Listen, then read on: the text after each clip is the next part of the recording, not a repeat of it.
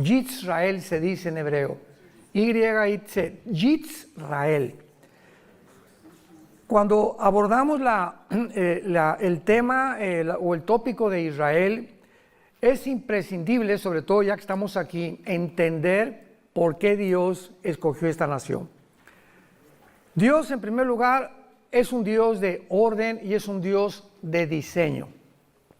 Los cielos cuentan la gloria de Dios, vemos en el universo un diseño, ¿correcto? Y vemos un orden. O sea, la Tierra gira en 24 horas sobre su eje, con una inclinación de 23 grados y medio exactamente sobre su eje, en 365 días alrededor del Sol. Gracias a este movimiento alrededor del Sol, tenemos las 4 estaciones del año. Y la Tierra no se mueve de su eje, gira a la misma velocidad de rotación y de traslación.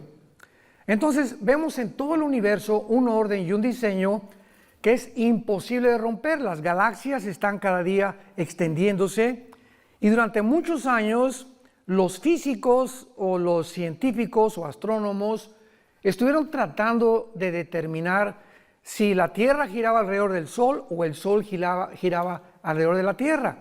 Cuando Galileo Galilei en 1625 más o menos descubre con su telescopio que es la Tierra la que gira alrededor del Sol, el Vaticano lo condenó a muerte, que lo querían matar porque cómo era posible que un dogma que se había establecido se pudiera violar. Y después pasaron diferentes posiciones y una de ellas fue algo que se acaba de descubrir, que realmente si la Tierra o la materia era eterna o fue creada.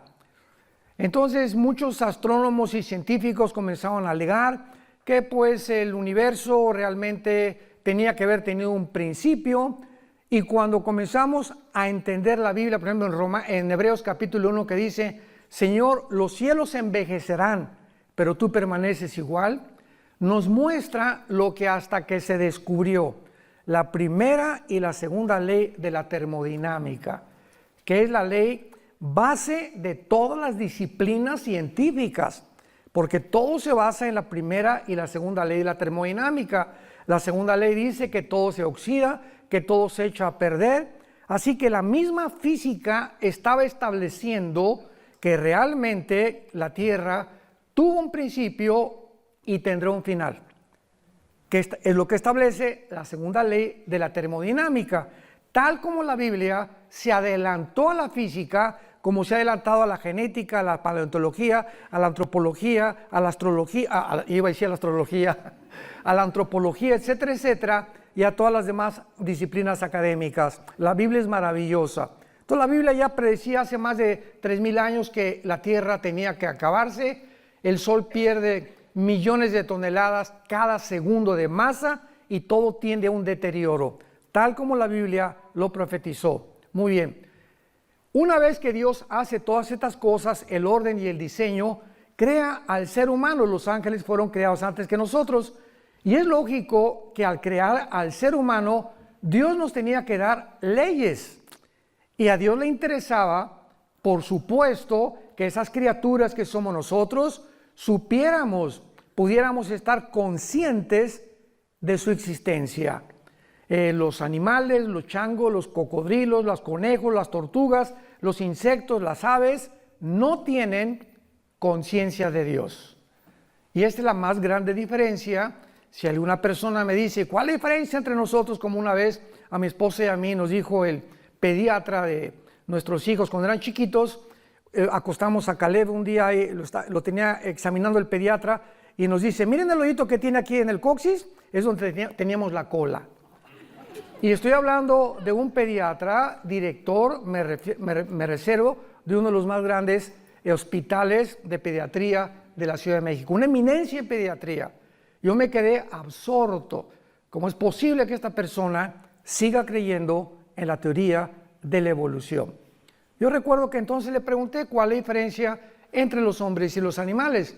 No es la crin, no es la cola, no es nada. La Biblia es el único libro que nos dice que no venimos de los animales y que la conciencia de Dios es la que nos distingue de toda la creación.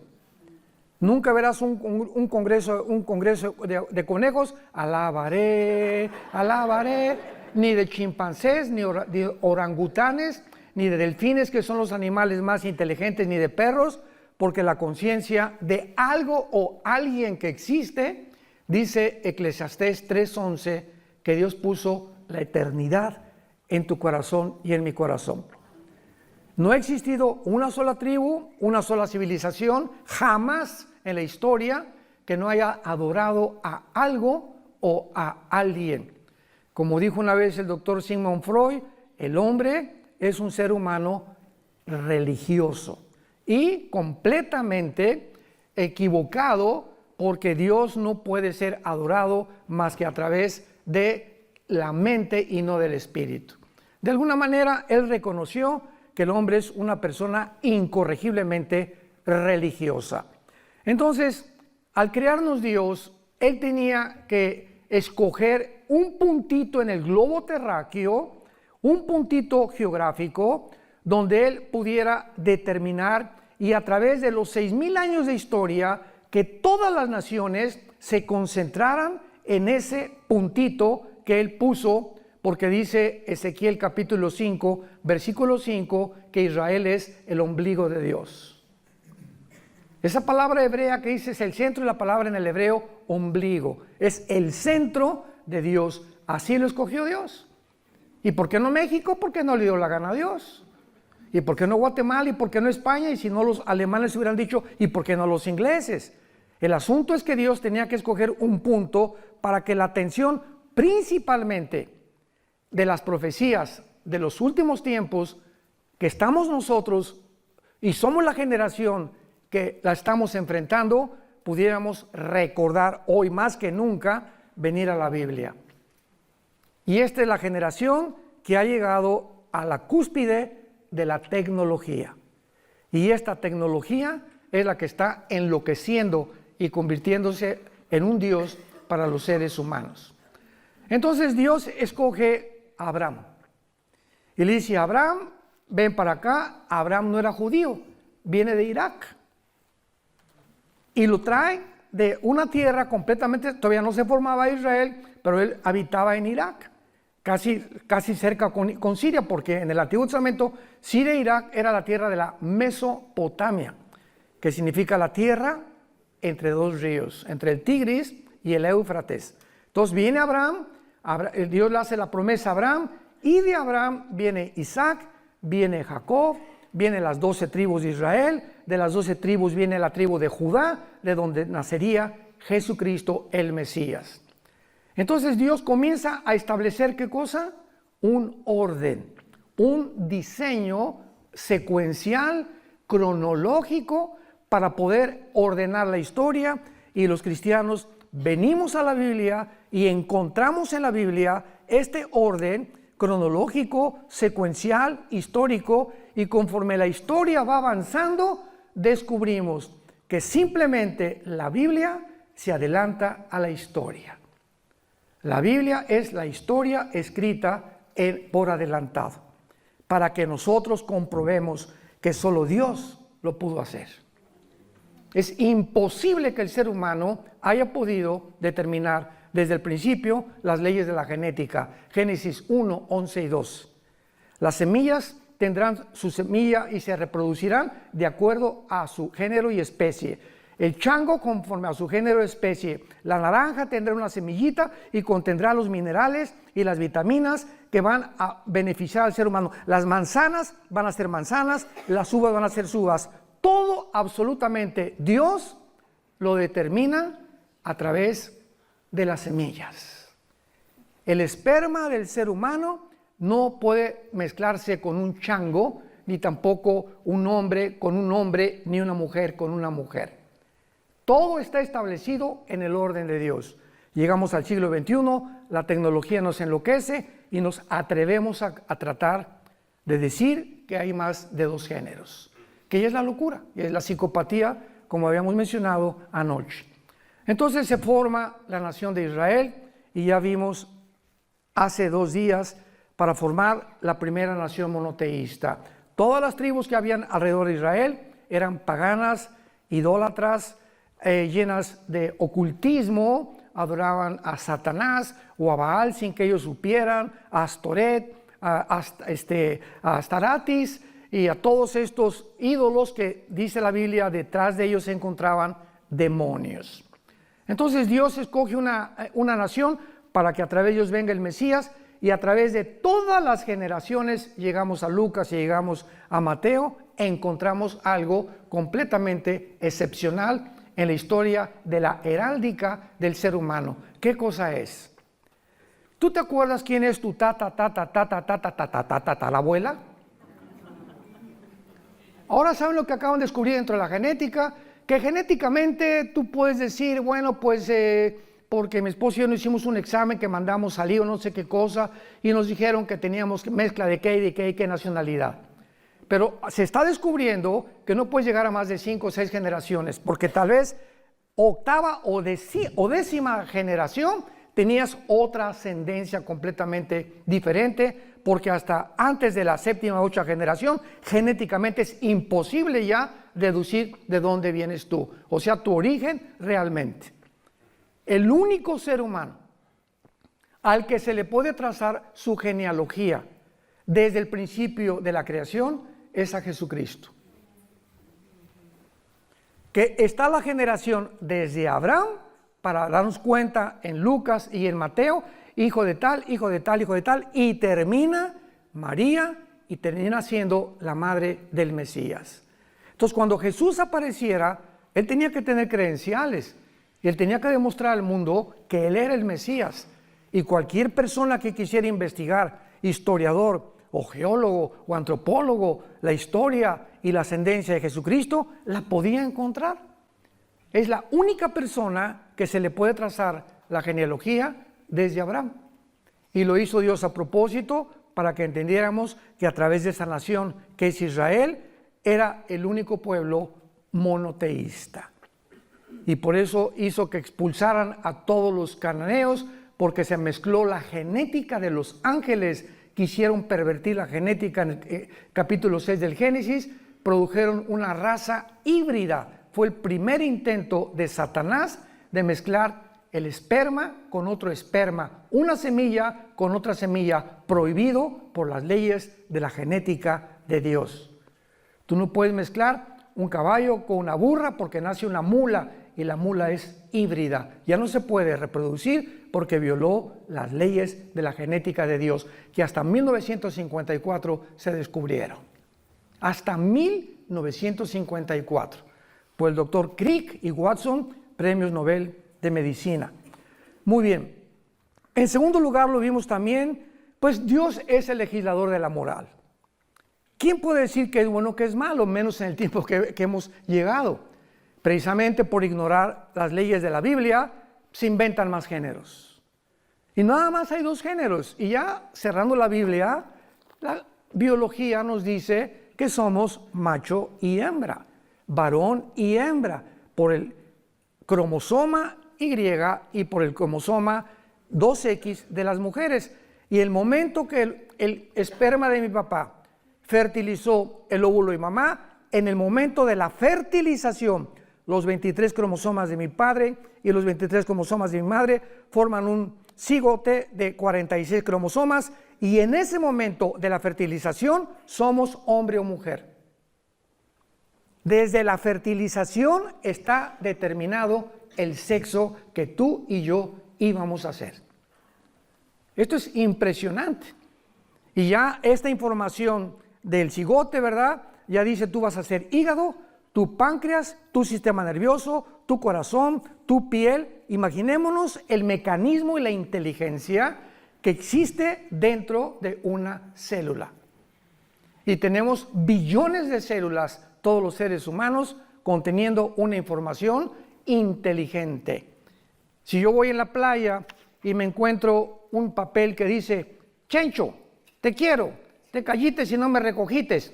Bueno, este papel no lo escribieron los caracoles, ni los delfines, ni los changos, porque hay una comunicación inteligente, llámale como le quieras llamar. Pero aquí Chencho le está diciendo a su chencha que por qué se cayó, etcétera, etcétera. Esto no fue creado por las arenas de la playa. Entonces inmediatamente deduzco que esto lo escribió un ser humano. Y cuando te metes al microscopio electrónico y descubres que en cada célula de las billones que tenemos existe un código genético con información por el amor de Dios. José María y el burrito que los acompaña, como decimos. Aquí tiene que haber alguien que pudo en el input, o sea, poner dentro de las células una información. Y esa información inteligente no fue accidental, ni se formó de la noche a la mañana. Tiene que haber alguien detrás de eso. Dios entonces nos da las leyes morales. Amarás a tu mujer, no robarás, no fornicarás, no desearás lo que tu prójimo tiene, me amarás con todo mi corazón, etcétera, etcétera. Los 10 mandamientos. Ahí están mis leyes morales, representan mi santidad. Yo soy un Dios santo. Si tú respetas mis mandamientos, te voy a bendecir. Y te irá bien en la vida, en todo lo que hagas. Si yo les dijera ahorita a todos ustedes, ¿quién quiere ser feliz? Solamente un loco diría, no, yo no quiero ser feliz. ¿Quién quiere tener paz? ¿Quién quiere que le vaya bien en la vida? Todo el mundo levantaría su mano. La segunda pregunta que te haría sería, ¿quieres pagar el precio? ¿Cuál es? Ser santo en toda tu manera de vivir. Y cuando hablo de la santidad, hablo del corazón, no de la boca para afuera. Porque Dios conoce las intenciones, lo que pensamos y los deseos que tenemos en el alma. Así que cuando nosotros comenzamos a entender ¿qué es el temor de Dios? El temor de Dios es la conciencia que Dios las 24 horas del día me observa. Sus párpados ven, sus ojos examinan a los hijos de los hombres. Él sabe lo que tú estás pensando ahorita, con qué soñaste, con qué te levantaste, cuando vas en tu carro, todo absolutamente Dios toma nota. Y conforme pasan 3 semanas, Pancho Pantera,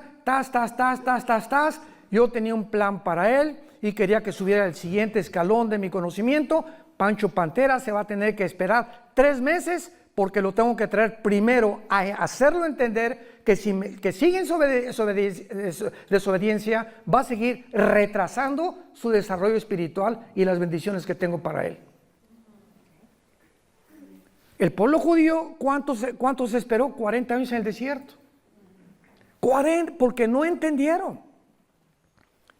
Geométricamente, una línea recta es un punto que te llega a otro y continúa. Un círculo en la geometría es un punto que parte y regresa al mismo lugar. ¿Qué hicieron los judíos? 40 años en el desierto, círculos. Salían y regresaban y nunca avanzaron.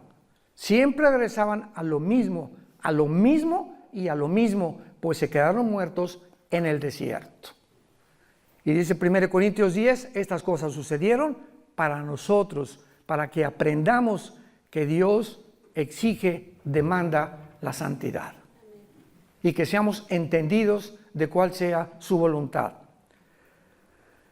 Y finalmente vemos en Romanos capítulo 9, versículo 4, que desde luego Israel tenía que ser la nación a través de la cual naciera el Mesías.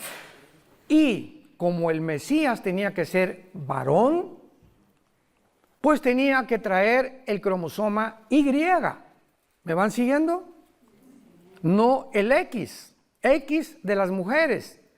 Entonces cuando visita el ángel Gabriel a María y le dice, vas a ser mamá, dice María, pues José y yo ni a Cancún nos hemos ido, ni la luna de miel, y me van a acusar de adúltera, y va a pagar un precio altísimo a María de embarazarse sin estar casada.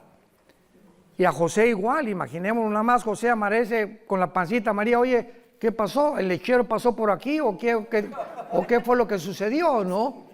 El ángel también le dice a José, el santo ser que va a nacer va a ser llamado Jesús, que significa, o en Yeshua en hebreo, el Salvador. Entonces, José no podía poner el cromosoma Y en el óvulo de María. José no podía fertilizar el óvulo de María porque el pecado se transmite genéticamente. ¿A través de qué? A través de la sangre. Dice la Biblia, te permito todo menos comer sangre. ¿Cuál misterio tenía la sangre? ¿Y por qué sería la sangre de Cristo la que nos limpiara? Porque la sangre representa la vida. Levítico 11:17, cuando Jesús derramó su sangre, derramó su vida.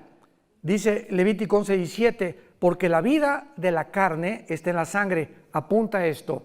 La palabra vida en Levítico 11:17, si no me equivoco, es la palabra nepej, que se escribe nepesh en el hebreo, que es la traducción que se usa para designar el alma humana.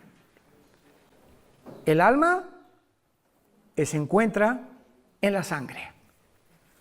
El espíritu lo da Dios en el momento del nacimiento. Pero el alma se transmite de generación en generación.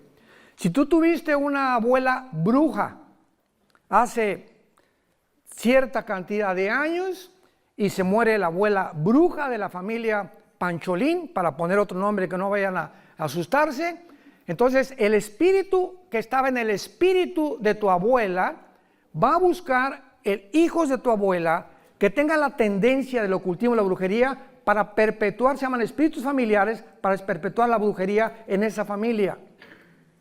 Y en esa familia puede haber personas que comiencen a tener disque fenómenos telepáticos o presencias extrañas en su vida, o que lean las cartas, o como un judío hace algunos años que fue a México, que doblaba a distancia cucharitas y hacía que se detuviera el reloj, supuestamente con poderes que no existen más que a través de demonios en la mente humana, haciéndonos creer que somos superhombres y que somos diferentes a los demás seres humanos.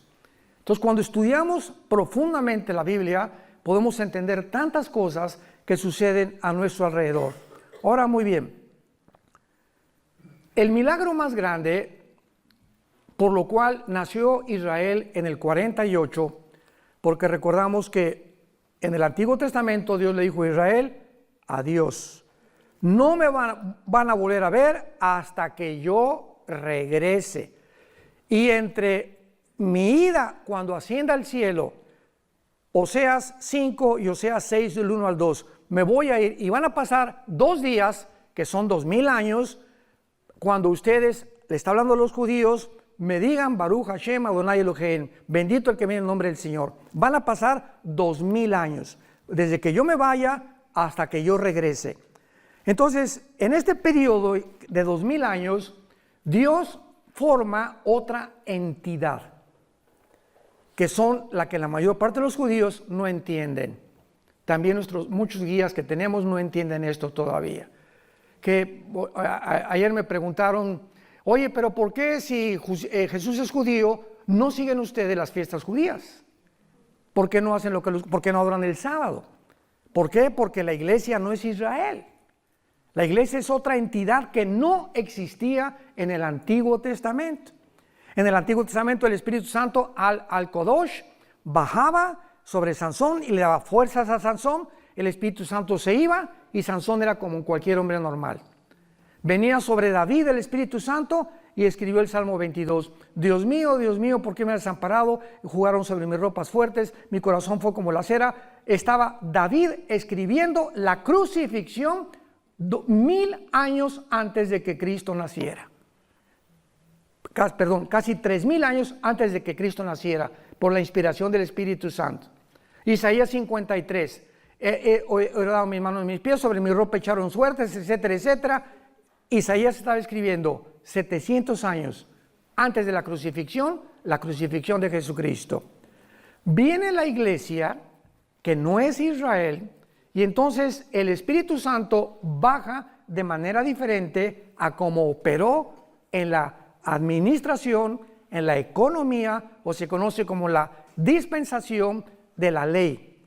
Y ahora el Espíritu Santo baja sobre la nueva entidad que se llama la iglesia. La palabra iglesia viene del griego de una raíz y de una palabra, si lo quieres apuntar, ek, que es un prefijo que significa fuera, iglesia, que se llama llamados. Entonces, eclesia significa los llamados fuera, porque somos llamados fuera espiritualmente del mundo. Entonces el Espíritu Santo viene sobre nosotros, entra sobre nosotros y nos sella. 1 Corintios 6, ¿qué no sabéis que el Espíritu Santo mora en vosotros y que ya no sois vuestros hasta el día de la resurrección? Cuando tú mueras y cuando yo muera, el Espíritu Santo ya no lo necesitamos. Nos vamos a la presencia de Jesucristo. Hasta ese momento, el Espíritu Santo nunca nos va a abandonar. Esto no sucedió en el Antiguo Testamento. La iglesia ahora es el cuerpo de Cristo. En el Antiguo Testamento no existía el cuerpo de Cristo. Los israelitas no eran el cuerpo de Cristo, lo somos nosotros. Y cuando venga el rapto, solamente los que están en Cristo, en el cuerpo de Cristo, o sea, desde Pentecostés hasta el día del rapto, nos vamos con el Señor. Los judíos resucitarán al final de los 7 años de la tribulación, en la segunda venida de Cristo. Daniel 12, 1 y 2. Pero Dios tenía que preparar y avisarnos que ya venía, antes que los judíos. Y se los voy a explicar. Cuando Jesús vino, preparó el Bautista su venida a través de los bautizos. Y comenzó el Bautista a gritar: arrepiéntanse y hagan frutos de arrepentimiento, porque viene alguien que no soy digno de desatar sus zapatos. Juan el Bautista era primo hermano de Jesús. Y Juan el Bautista nació 6 meses exactamente antes que su primo hermano, que Jesucristo. Isabel era parienta de María. Entonces, cuando aparece Jesucristo en el río Jordán, mañana en el río Jordán, Juan el Bautista estaba bautizándolos para arrepentimiento de pecados, preparando el camino, porque habían pasado 400 años sin palabra de Dios.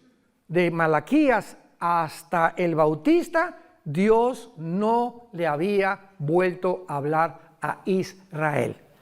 Entonces nos imaginamos la dureza del corazón, que hasta lo rechazaron y lo crucificaron, porque en 400 años el corazón se les endureció. Tenía que el Bautista venir antes y comenzar a preparar el corazón para que cuando apareciera Jesucristo, el terreno estuviera flojo. Yo no puedo sembrar en un terreno donde está dura la tierra. Tengo que meter un asadón y rascarle para aflojar la tierra y aventar la semilla y pueda crecer. Los corazones tenían que ser rasgados por la predicación tan fuerte del Bautista: generación de víboras, y ustedes hagan frutos de arrepentimiento, y a los soldados no hurten y respeten al prójimo, etcétera, etcétera. Y se juntó toda la gente sintiendo en el espíritu que verdaderamente el Mesías estaba cerca de su venida. Entra Jesucristo y dice Juan el Bautista: ese es el Cordero de Dios. ¿Por qué dijo el Cordero de Dios? Porque el Cordero era lo que todos los judíos sacrificaron en el día de la Pascua, desde Éxodo capítulo 2.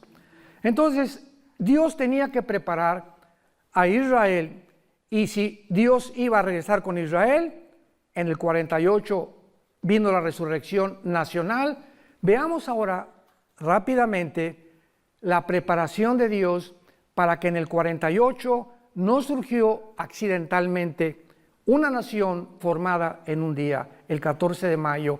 Veamos cómo desde el siglo XVIII, desde el siglo XIX, comienza Dios a levantar y preparar el camino, porque Dios nunca hace nada sin antes preparar. Tú no eres ingeniero sin preparación. No eres psicólogo sin preparación.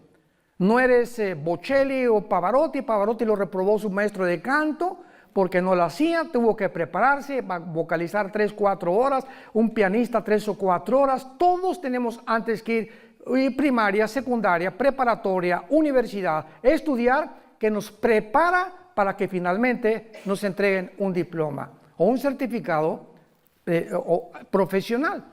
Entonces Dios también trabaja de la misma manera. Él no puede actuar de una forma accidental.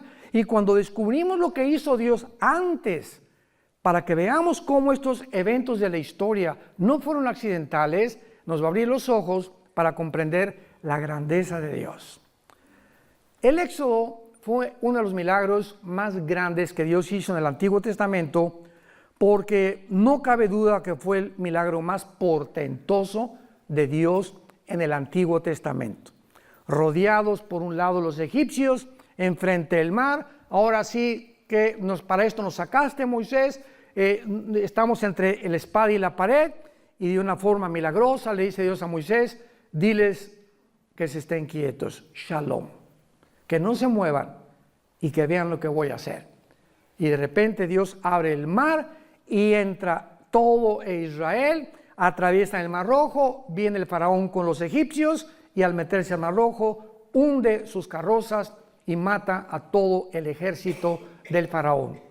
Este milagro debía haber quedado impregnado en las mentes de las futuras generaciones de los judíos. Y los judíos tenían la obligación de enseñarles a sus hijos, a sus nietos, etcétera, etcétera, acerca de este milagro, porque les serviría para recordar que Jehová pudo librarlos ¿de qué? De la esclavitud de Egipto.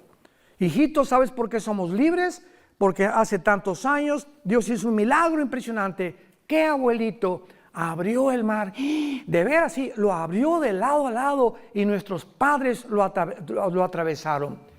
Sin embargo, se había profetizado que este milagro no iba a compararse con un milagro muchísimo más grande que la apertura del Mar Rojo.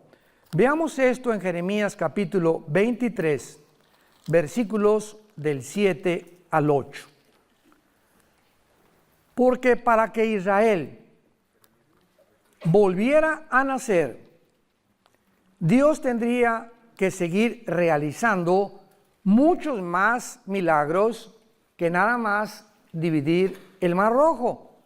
Y veamos algunos de estos milagros que Dios hizo para que Israel sobreviviera en nuestros días y la forma como Dios trabaja en la historia humana.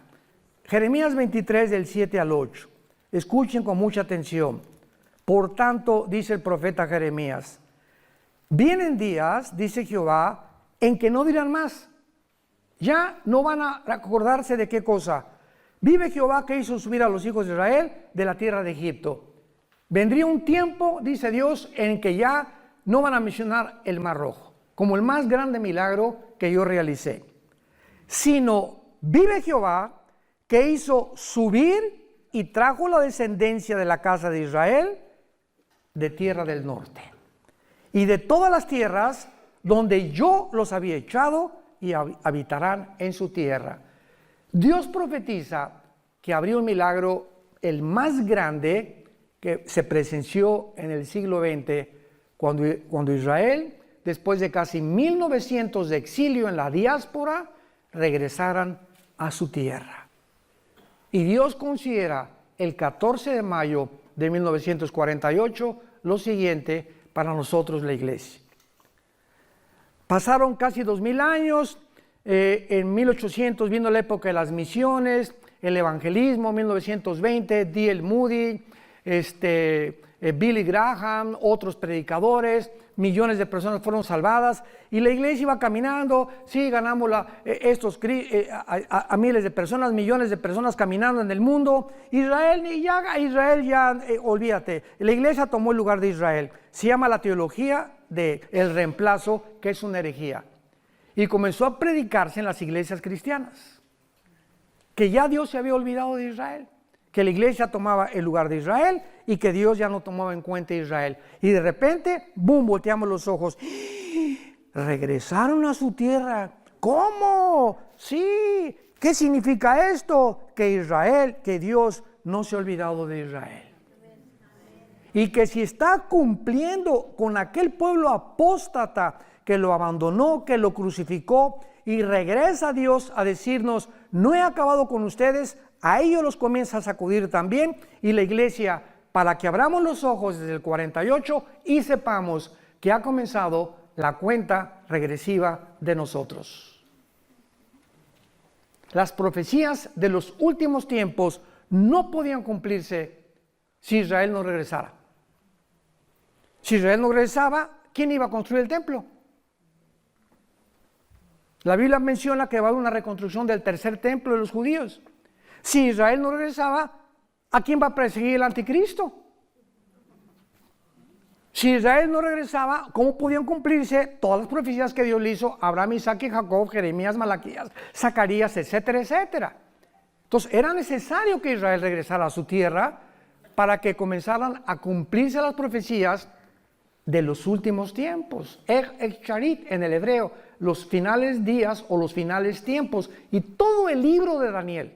Capítulo 2, capítulo 5, capítulo 7, capítulo 8, capítulo 10, 11 y 12 de Daniel, todas las menciones que se hacen de las profecías de Daniel y las visiones de Daniel, todas se relacionan con el final de Israel en los últimos tiempos, y la señal más grande es cuando regresaron en el 48.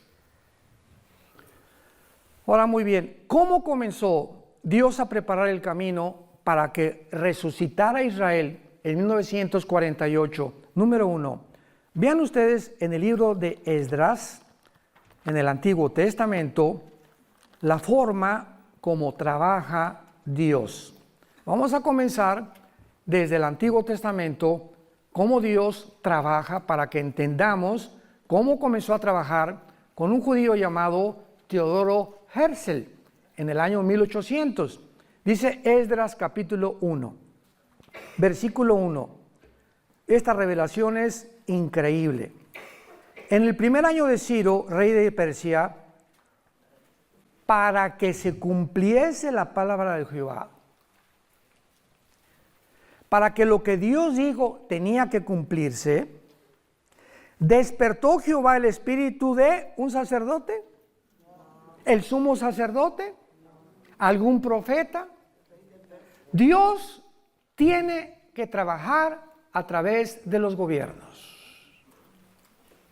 Despierta al rey de Persia, que es actualmente Irán, porque hasta 1935 Irán se llamaba Persia y se le cambió el nombre a República de Irán. 1979, República Islámica de Irán, cuando sacaron al Shah, y entonces se establece el Islam en Irán como la religión, porque ellos son persas, no son realmente musulmanes ni árabes tampoco.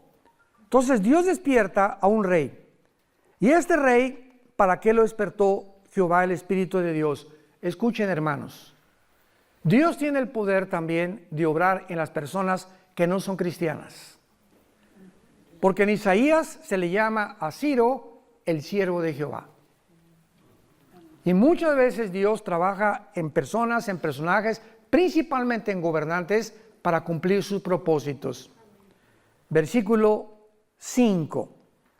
Entonces se levantaron los jefes, ya vemos aquí al pueblo de Israel, se levantaron los jefes de las casas paternas de Judá y de Benjamín, y los sacerdotes y levitas, todos aquellos cuyo espíritu despertó Dios. Subrayen eso los que trajeron sus Biblias. Cuyo espíritu despertó Dios para subir a edificar la casa de Jehová, la cual está en Jerusalén. Dios trabaja con el gobierno, porque si Israel no tenía el apoyo del gobierno, no podía Dios cumplir su palabra.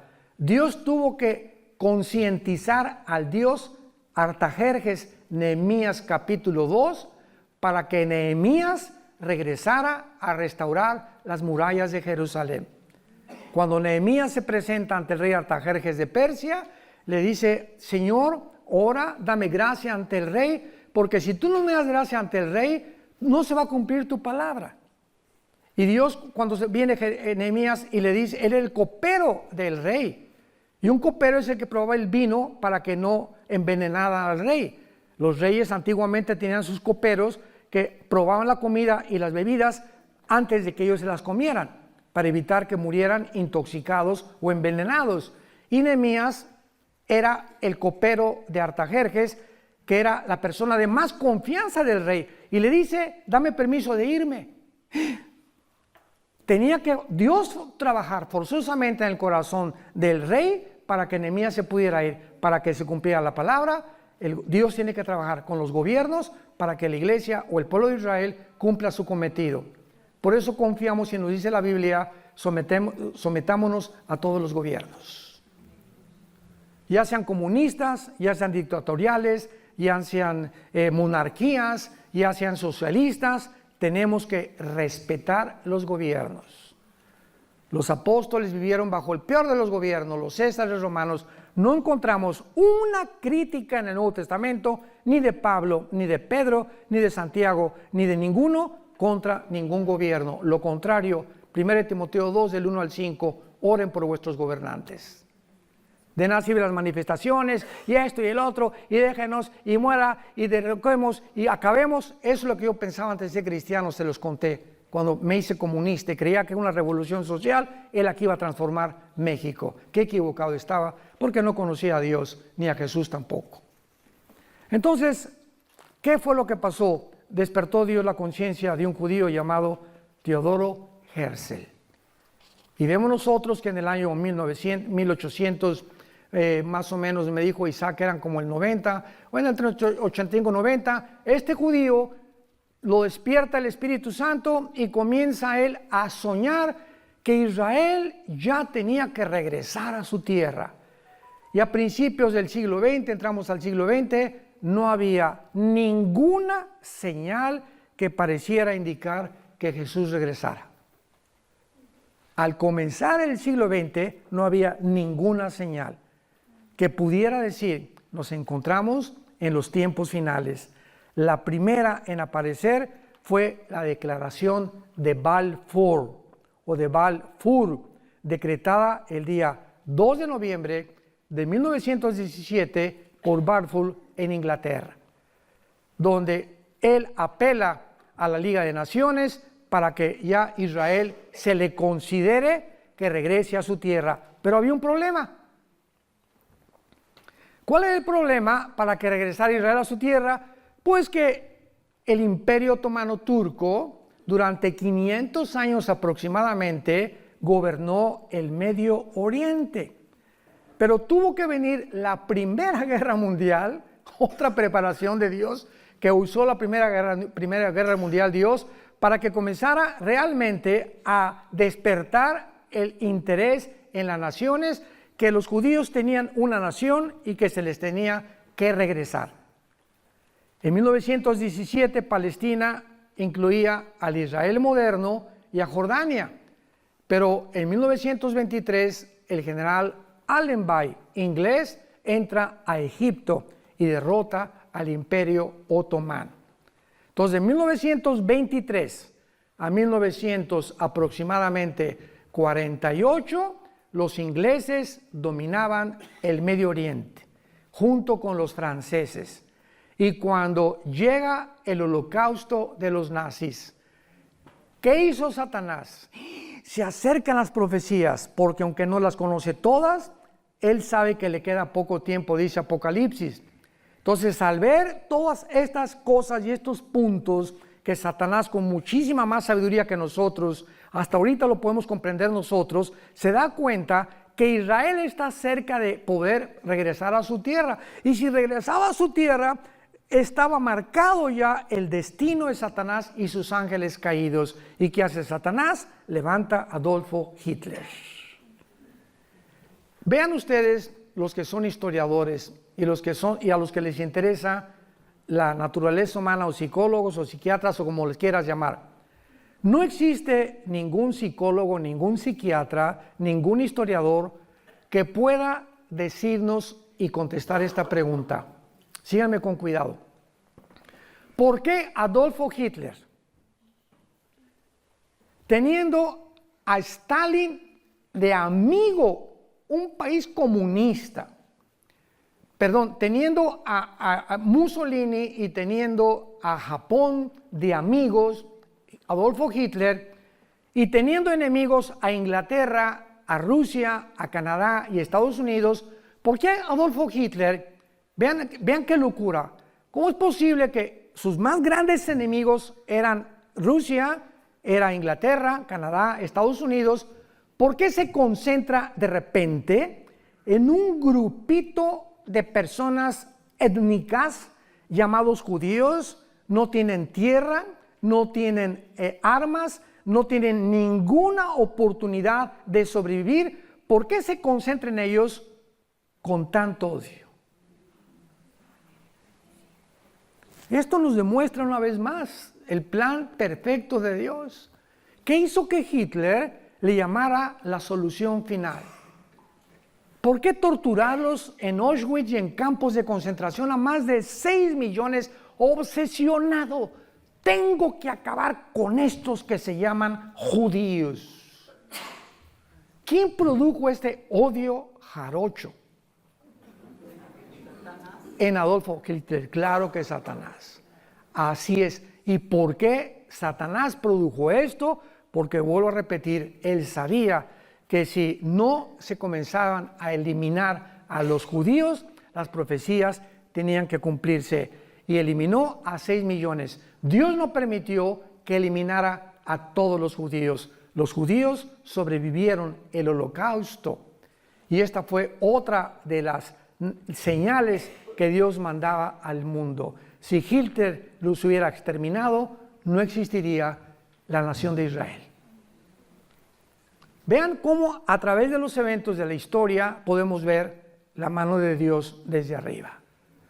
Dios le ha dado libertad al ser humano, pero Dios es el que controla el destino de la historia humana. Que parecen contradicciones, ¿verdad? A pesar de que Dios nos ha dado la libertad y el libre albedrío, al mismo tiempo Dios tiene el control del final de la historia humana. Y la historia humana va a terminar exactamente como Dios lo estableció. Entonces, no hay duda que los eventos de 1917 marcaron el inicio del regreso de Israel. Pero veamos algunas otras cosas más, aparte de que se previno el genocidio nazi. Cuando llegan los ingleses, todo lo que es el Medio Oriente no estaba como está ahorita. No está como está ahorita. Vean ustedes en Lucas. Esto es increíble y maravilloso. ¿De qué forma Dios comienza a organizar el Medio Oriente para que nazca Israel? Lucas 21, versículo 29 al 32. Y con esto terminamos. También les dijo una parábola. Vean con mucha atención la Biblia. Mirad la higuera y... Si leen Mateo 24, nada más dice la higuera. Pero Lucas agrega y los árboles. Y hemos hablado y nos hemos desgastado en demostrar que la higuera es Israel. Porque el día anterior Jesús maldice una higuera. Y dice, no volverás a tener fruto. Y está maldiciendo simbólicamente a la nación de Israel. Entonces, si la higuera representa un árbol, ¿qué representan todos los árboles? Pero aquí el Espíritu Santo nos fija nuestra atención en no solamente ver la higuera, sino que dice, y todos los árboles. Cuando ya brotan, viéndolo, saben por sí mismos que el verano está cerca. Así también ustedes cuando vean estas cosas, sepan que el reino está cerca. De cierto les digo, no pasará esta generación hasta que todo esto acontezca. Los ingleses y los franceses se formó el Medio Oriente, todo junto con Israel, en menos de 15, 20 años, tal como lo conocemos actualmente para que naciera Israel. Escuchen ustedes, Afganistán se forma en 1919, Egipto 1922, Arabia Saudita 1932, Persia o Irán 1935, el Líbano 1943, Siria y Jordania, 1946, Israel, 1948. En menos de 30 años, en el siglo XX, se independizan y se forman las naciones que forman actualmente el Medio Oriente y que tenían que existir para que Israel resurgiera y renaciera y resucitara, y estas naciones alrededor se convertirían en sus más acérrimos enemigos. Formaba parte del plan de Dios, porque en el 48 vienen las naciones árabes a atacarlos. Los judíos nombran a David Ben Gurión presidente de Israel, Estado soberano libre, y al otro día, el 15 de mayo, a las 6 de la mañana, los atacan los árabes, aún con el permiso de la Liga de las Naciones, que no eran las Naciones Unidas. 1956 viene otra guerra, el 67, vamos a hablar de ello, es la guerra más milagrosa de la historia, de acuerdo al general Schwarzkopf, que fue el presidente de la cadeta de militares West Point y que fue el general de la guerra del Golfo Pérsico, que dirigió todos los ejércitos, 29 ejércitos contra Saddam Hussein para sacarlo de Kuwait. El general Schwarzkopf dice en su libro, en sus memorias: en la historia de la milicia y de las guerras nunca ha habido una guerra tan milagrosa como la guerra de 1967, la guerra de los 6 días. Y le preguntaron ¿por qué? Y contestó ahí en su libro el general Schwarzkopf, y dice así: porque los israelitas tenían 12 a la 15ª potencia de salir vivos. ¿Conocen ustedes lo que se llama la ley de las probabilidades? Aquí seremos 300 personas. Pregunta, para que podamos entender y terminamos en este momento. Si nos rodea, somos 300 personas. Si nos rodea un ejército de 5,000 soldados, con metralladoras, y tenemos nosotros 20 rifles. Dentro de las leyes de las probabilidades, ¿cuántas tendríamos de salir vivos? Ninguna. Son las mismas probabilidades que en junio de 1967 los rodearon 22 millones de árabes a los judíos, dirigidos por el presidente Nasser de Egipto. Se comunicó con el presidente de Líbano, de Siria e Irak. Al final el rey Hussein lo engañaron que iban ganando, y se involucra Jordania también, 5 naciones árabes, sobrepasando de una forma espectacular a los judíos. Los judíos en 6 días toman los aviones. Hasta ahorita son los mejores pilotos del mundo. Y el primer día se van sobre Egipto a las 5:30 de la mañana, cuando estaban dormiditos, y en 1 hora barrieron toda la aviación de Egipto. Se fueron con Siria, barrieron todos los aeropuertos de Siria. Se fueron contra el Líbano. El 4º día no había aviación de los enemigos. ¿Por qué? Porque desde el aire se pelean las batallas con la oración. Esto todo es un símbolo increíble del cristianismo. Y ya que habían acabado desde el aire con todos los aviones, se subieron a los tanques de guerra. Y era una desarticulación de todos los ejércitos, que en 6 días a 22 millones, casi de 5 naciones árabes, las vencieron. ¿Saben por qué ganaron en 6 días? Porque el 7º tenían que descansar. Hasta con eso, ¿no? Esto es increíble. Cuando uno se traslada y uno comienza a ver, como ahorita, ¿no?, estamos en Israel y vemos todas las maravillas y no comprendemos su historia, no nos podemos maravillar tanto como en estas noches. Mañana nos vamos a maravillar más, porque estamos descubriendo que Dios demuestra a través de la nación que Él existe. ¿Por qué escogió Dios Israel? Porque es la evidencia más grande de la historia de la existencia del Dios Todopoderoso que tú y yo servimos a través de su Hijo Jesucristo. Amén. Te damos gracias, Señor, por tu palabra en esta noche. Hola, ¿sabías que puedes ver este video y otros dentro de nuestro canal de YouTube? Nada más recuerda suscribirte a nuestro canal y activar la campanita para que te puedan llegar las notificaciones cada vez que cargamos un video nuevo y puedas ser el primero en verlo y disfrutar de todo nuestro contenido.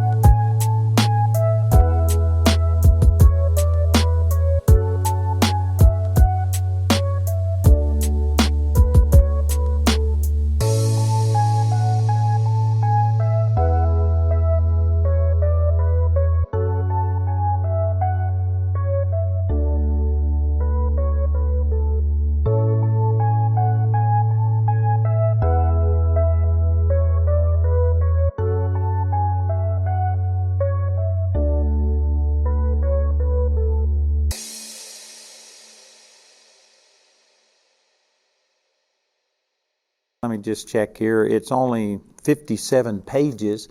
So this is a brief introduction, and I'm wanting to give this to anyone who will request it. This is absolutely free. The rest of our materials, we just have a suggested donation. You can send whatever you want, but we do ask you to give something. This is a book that I've had out on this for a long time. I have it in English and Spanish.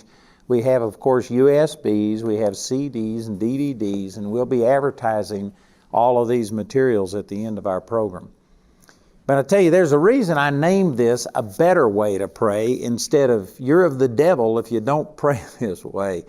And that's because everything that I'm going to teach against, I have done. And I loved God, and God loved me. But I tell you, I've been frustrated. When I first started in prayer, I heard people say that, you ought to pray an hour a day. And I thought if an hour was good, then I thought 2 or 3 would be better. And I often spent 4 and 5 hours a day just praying. And it was laborious. And I wasn't seeing that good of a results. And so I'm not against prayer, but I think that there is a lot of religious teaching that goes with it. And let me just preface the things that I'm going to say. I'm going to take the instruction of Jesus here from Matthew chapter 6. And Jesus was teaching about prayer. And the very first thing he did was counter a lot of the wrong conceptions that the scribes and the Pharisees of their day had about prayer. And I tell you, I believe that our religious system today has put so much religious tradition into prayer, so many wrong ideas about prayer. And I'm saying this based on my personal experience. I was born again when I was 8 years old. I've grown up seeking the Lord. I've been praying my whole life. But man, it was not getting the results that I wanted.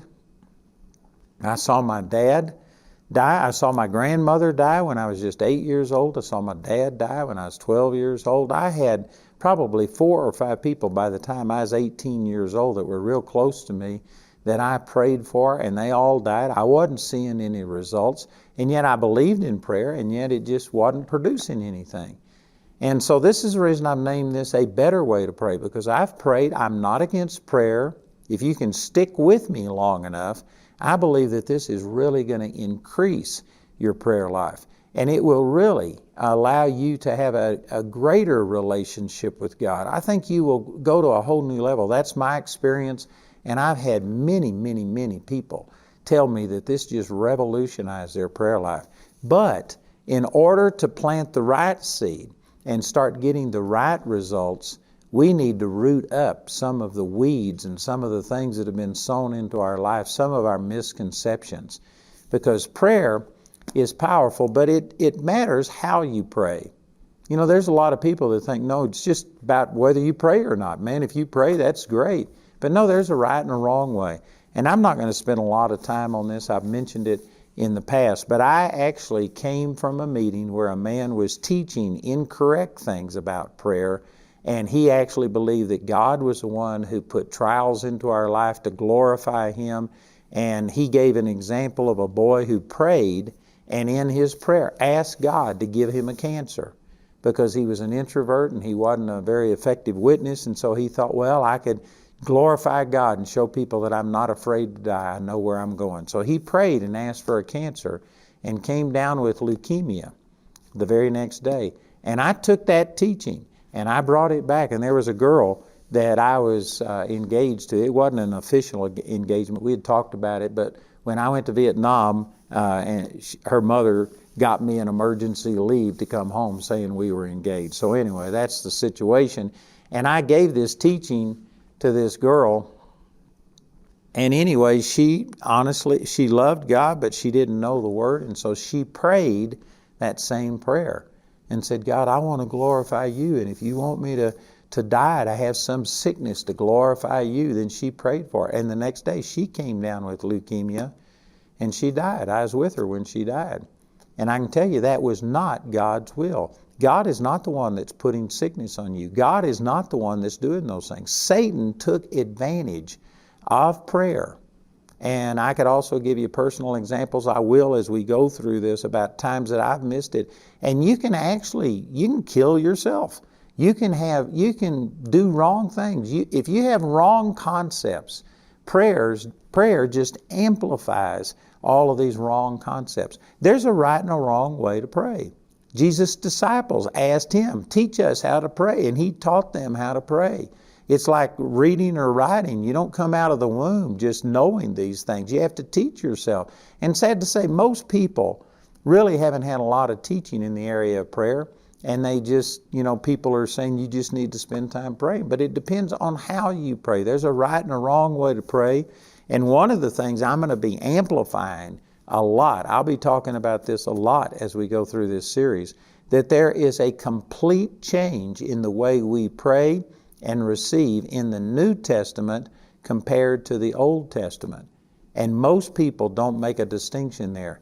To them, the only difference between the Old Covenant and the New Covenant is just a blank page in your Bible, just like this right here. That's about it. They just think that this is the Old Covenant, this is the New Covenant. But it means an old contract, a way of God dealing with people. And under the New Covenant, I tell you, Jesus changed everything. And I'm going to say some statements that I'll explain more as we get into this. But if you pray the way that Moses prayed, the way that Abraham prayed, the way that David prayed, you are missing God. And I know that that sounds nearly blasphemous to some people, but I can guarantee you if Moses, David, Abraham, Elijah, Elisha were here today, they would take advantage of the New Covenant and what Jesus provided for us. And there is a different way to pray today, and most people don't know that. And so I'll get into this and explain it more. This will probably be into next week's programs. But actually, Jesus changed things so much that if you pray the way that Moses, David, Abraham, all of these people prayed, it's actually against what Jesus did. You're starting from a position of unbelief. You are begging God, thinking that you've got to do something to move God, when the truth is Jesus bought us access to God in a way that no Old Testament saint ever had. I'm not saying that what they did was wrong. At the time, it was exactly the way that they were supposed to pray. But Jesus changed everything, and today we just rest in what Jesus has already done. And yet there are a lot of Christians who are praying, trying to get God to do something. They feel the burden and the responsibility, and they come and they beg and they plead with God. And I tell you, this is why so many people who are prayer warriors, intercessors, are beat down. They're sad. They have a sorrow and a grief about them because they feel like they have to do something to move God, to get God to move. And I tell you, to take the place of Jesus and try and do what He's already done is just laborious. And I tell you, you make a very poor Savior. So we need to rest in what Jesus has already done for us. So again, let me start with Matthew chapter 6. This is Jesus teaching on prayer. And before He gets into teaching what prayer is, He teaches what prayer isn't. And so I'm going to take that same approach. And let me just say that I know that what I'm saying here is going to be offensive.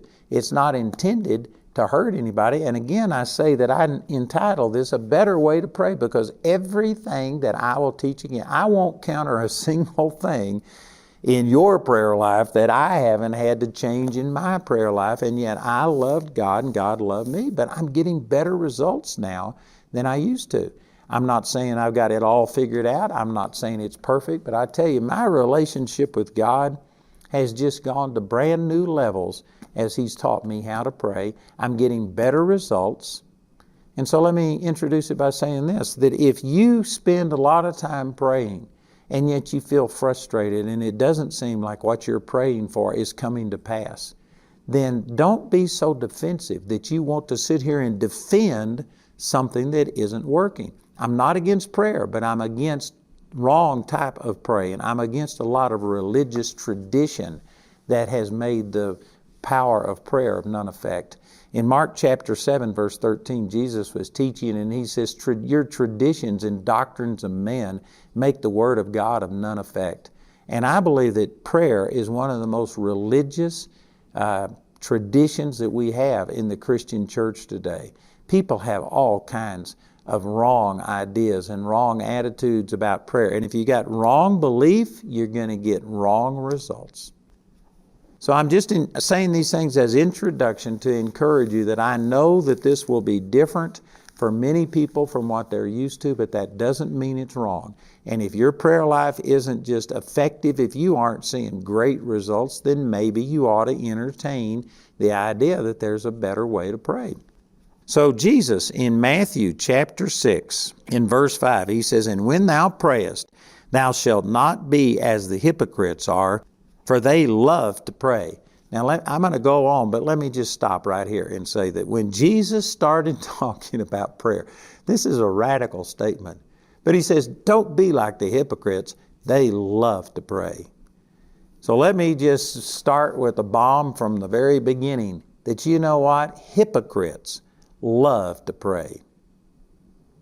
So all prayer is not good because hypocrites love to pray. The hypocrites of Jesus' day were the scribes and the Pharisees, and he will go on and talk about this, that they actually hired people to blow a trumpet so that people would notice them, and they would stand on a street corner and they would pray in a loud voice so that they could get acclaim from people. I guarantee you that did not bless God. It did not connect with God. If anything, that just reinforced all of the flesh the devil was wanting to do in their life. They were doing it for themselves to get praise and honor and glory. And the Bible says in 1 Peter chapter 5 that God resists the proud, gives grace to the humble. If you're praying like that, I guarantee you it's not doing you any good. It's doing you damage. It's actually reinforcing negative things in your life. So Jesus said that hypocrites love to pray. So it's not only people who love God that love to pray. Hypocrites love to pray. Let me say this, that you know the Muslims, they have prayer either 3 or 5 times a day, and that wherever they are, they put their little mat down and they pray. And yet I can guarantee you they are not connecting with God. Jesus said, "I am the way, the truth, and the life. No man comes unto the Father but by me." They're praying, and they may be more zealous about prayer than you are, but it's not connecting with God. I guarantee you it's not releasing any supernatural power. Well, let me rephrase that. It might be releasing the power of the devil, their religious things that they're going through, and just reinforcing their jihad mentality and their justification for doing all kinds of things. It might be releasing some demonic supernatural power, but it's not releasing God's power. They aren't connecting with God because there's no other name under heaven given among men whereby we must be saved. And Acts chapter 4 says that. You have to approach God through Jesus. And we've got Muslims, we got Buddhists, I was watching one of our testimonies of people, graduates that have gone around the world, and they were in Nepal. And this couple, they were showing pictures of how religious people are. They have these prayer flags up all over Nepal and Tibet by the thousands, and somehow or another think that this is appeasing an angry God. They have these idols, and they show people walking by, and every time they walk by, they have to, kiss their hand and then touch this thing and go through this. And they have prayer wheels that they spin, and they think that this is connecting with God. Most people who are watching this program, if you're watching a Christian broadcast, you acknowledge that that's wrong, and yet they're going through all of these motions. It's not doing anything. I'm here to say that a lot of our religious Christian tradition is every bit just as vain as all of these things that they are doing. It's not producing. There is a lot of religious tradition, and just as Jesus started, and the very first thing he says, don't be like the hypocrites. They love to pray. I'm telling you that even among Christians, there are a lot of attitudes and a lot of traditions we have about prayer that may look good, but it's just hypocritical. It is not producing any results. This book that I've got on this, the actual people who published this very first chapter in here just goes into depth talking about and identifying a lot of religious traditions. And many of the people who were friends with the publisher, they got so incensed that they contacted this publisher and said, you need to quit publishing Andrew Wommack's books, especially this one on prayer. And people got offended. And praise God that my publisher stuck with me and said, just get past the first chapter. And if you'll read the rest of it, it'll actually help you in your prayer life. And so I'm having to say this to you. I'm following Jesus' example, but I know that just halfway through the first day, I've already offended a lot of people. But I'm telling you that this is what Jesus said. This is in red in my Bible. Man, Jesus said, don't be like hypocrites. They love to pray. You know, there's some good friends of mine, Carly and Ashley Teradez. Their daughter is the one who was healed over in England, Hannah Teradez, and she was on her death's door at 3.5 years old. And now she just had her first child. I think she's 19 or 20. And God healed her. And anyway, they've been a part of my ministry. Now they have their own ministry, and they're just a blessing. But Ashley told me that one time they were at home, and their son, it was either Joshua or Zach, I forget which son it was, but they had been up listening to my teaching on a better way to pray. And they listened to it, and they came down, and they said, Dad, you're a hypocrite. And Ashley, it just shocked him. He didn't know what to say. And anyway, the son went back upstairs. Pretty soon he came down and he said, Mom, you're a hypocrite too. And so they got to asking him, what are you saying? He says, well, I'm listening to Andrew. And he said, hypocrites love to pray, and you love to pray, so you must be a hypocrite.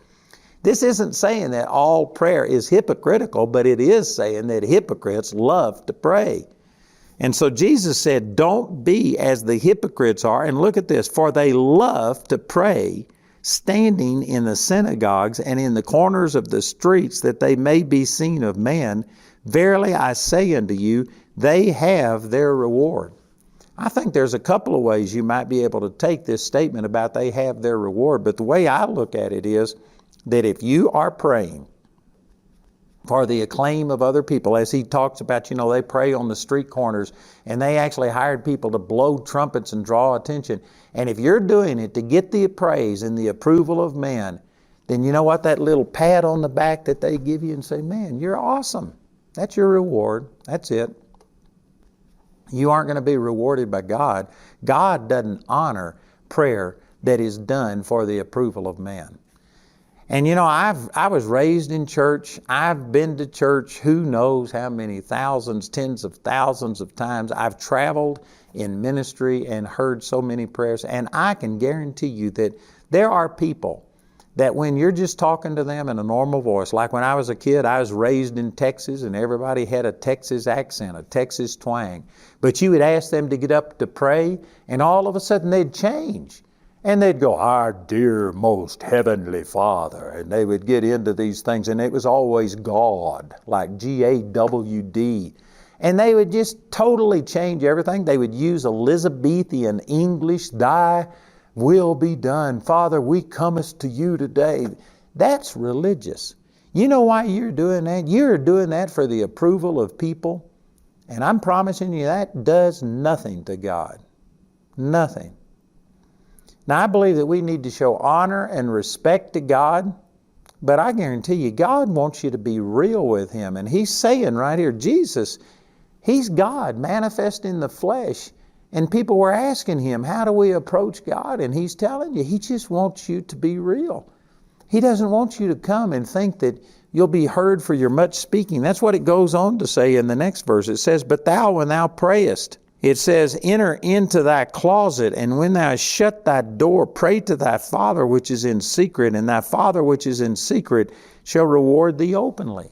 This isn't saying that you literally have to enter into a closet. The point that's being made is you don't need to pray for a show. You don't need to pray in front of people. You just need to go, it's about your personal relationship with God. And I'm telling you, there's a lot of things that we do, I believe, that is offensive to God. You can go to many scriptures in the Old Testament where the Lord commanded sacrifices. So blood sacrifices and meal sacrifices and meat offerings and all of these things, they were prescribed in the Old Testament. They were things that God told people to do, and yet there are scriptures that says, away with your sacrifices. They're a stink in my nostril.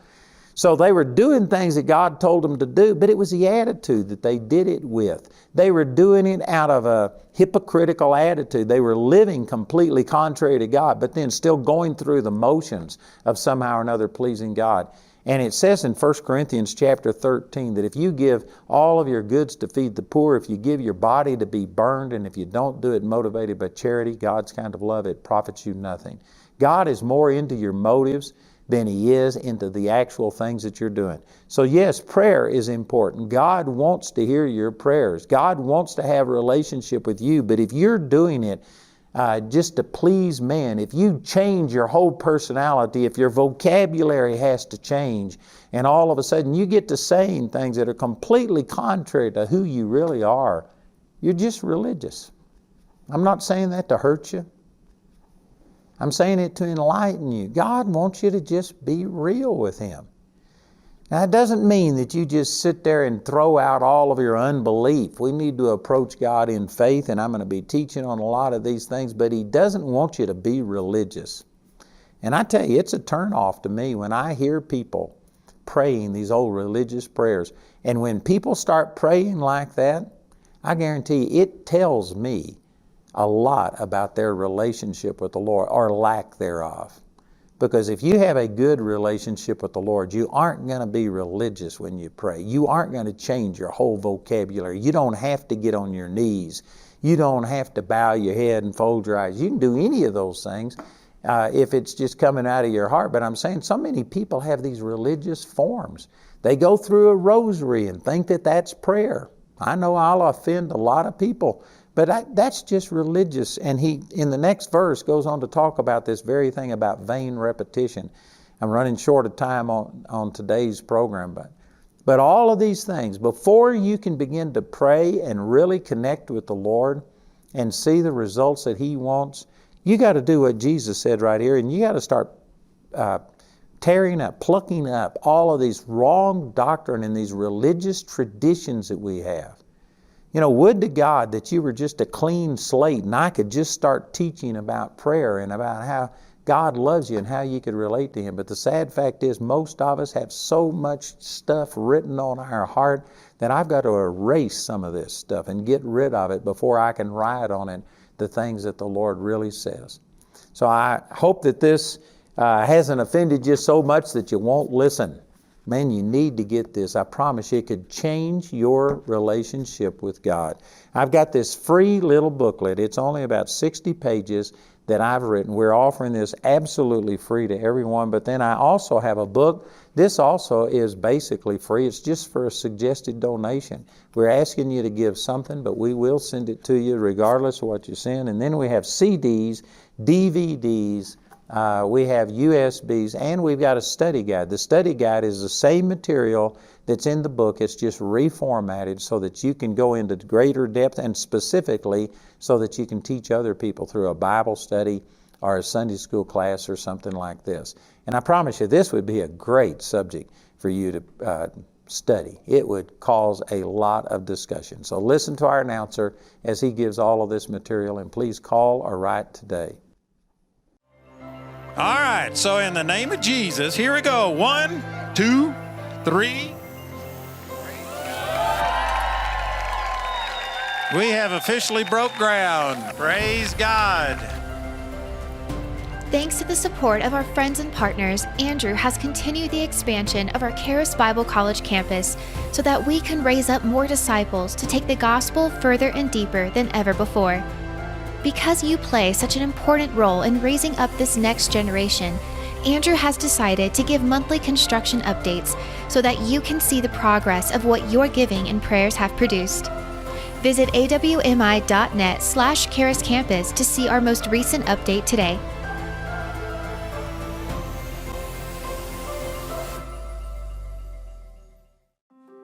I'd like to encourage you to check out our AWM Now stories and also our Inside Story. These are things where we just go behind the scenes and show you things about people in the ministry, about things that the ministry is doing that you'll probably never see on television, and yet it is awesome. God is touching people's lives all around the world.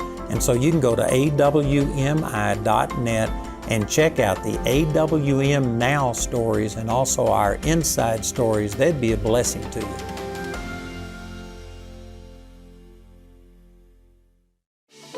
I'm pleased to announce that we now have my television program translated into Spanish. We have a lot of my materials available in Spanish, but let your friends know that we're now broadcasting our daily program in Spanish.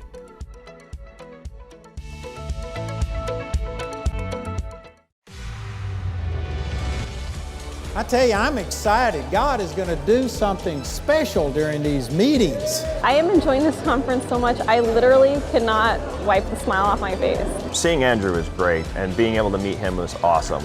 He speaks into your life like no one I know. I mean, he makes the Word come alive. Andrew's teaching and the love that he has for God's Word and truth, it is the gospel truth.